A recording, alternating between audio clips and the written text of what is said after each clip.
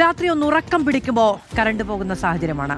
കൊല്ലത്ത് AV ജയശങ്കർ ഇന്നലെ രാത്രിയിലെ അവസ്ഥ ലൈവ് തന്നിരുന്നു. ഫേസ്ബുക്ക് പോസ്റ്റിലെ ലൈവിന് താഴെ ഇപ്പോഴും പ്രേക്ഷകർ പ്രതികരിക്കുന്നുണ്ട്. കൊച്ചിയിലും കോഴിക്കോടും ഒക്കെ ഇതുതന്നെയാണ് അവസ്ഥ. ഇന്നലെ രാത്രി കൊച്ചിയിൽ നിന്ന് റാംഷാ തയ്യാറാക്കിയ റിപ്പോർട്ട് കൂടി കാണാം നമുക്ക്. സംസ്ഥാനത്ത് വേനൽ കടുത്തതോടുകൂടി ഒരു അപ്രഖ്യാപിത ലോഡ് ഷെഡിംഗ് ആണെന്ന ആരോപണം ഉയർന്നു വന്നുകൊണ്ടിരിക്കുകയാണ്. ഏതായാലും ഞാനിപ്പോൾ ഉള്ളത് പനമ്പള്ളി നഗറിലാണ്. ഇവിടെ ഒരു 9:10 ഇവിടെ കറണ്ട് പോയിരിക്കുകയാണ്. ഞാനിപ്പോൾ ഒരു കടയിലാണുള്ളത്. ഇവിടെ ഇവരോട് തന്നെ നമുക്ക് ചോദിക്കാം. ചേട്ടാ, എങ്ങനെയാ ഇവിടെ എല്ലാ ദിവസവും ഇതുപോലെ കറണ്ട് പോകാറുണ്ടോ? 2-3 ദിവസമായിട്ട് പോകുന്നുണ്ട്.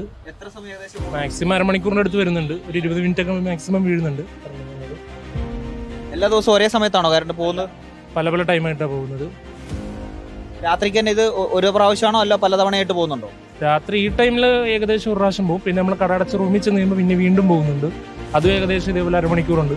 അത് വന്ന് പിന്നെയും കുറച്ച് കഴിയുമ്പോൾ വീണ്ടും പോകുന്നുണ്ട്.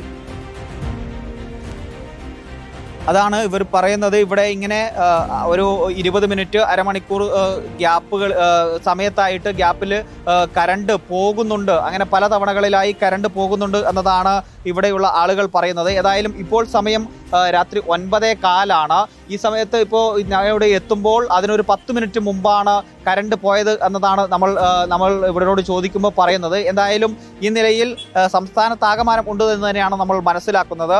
കൊച്ചിയിൽ നിന്നും വീഡിയോ ജേർണലിസ്റ്റ് ജിതിൻ ജോസഫിനൊപ്പം reporter Ramsha CP in reporter, Kochi.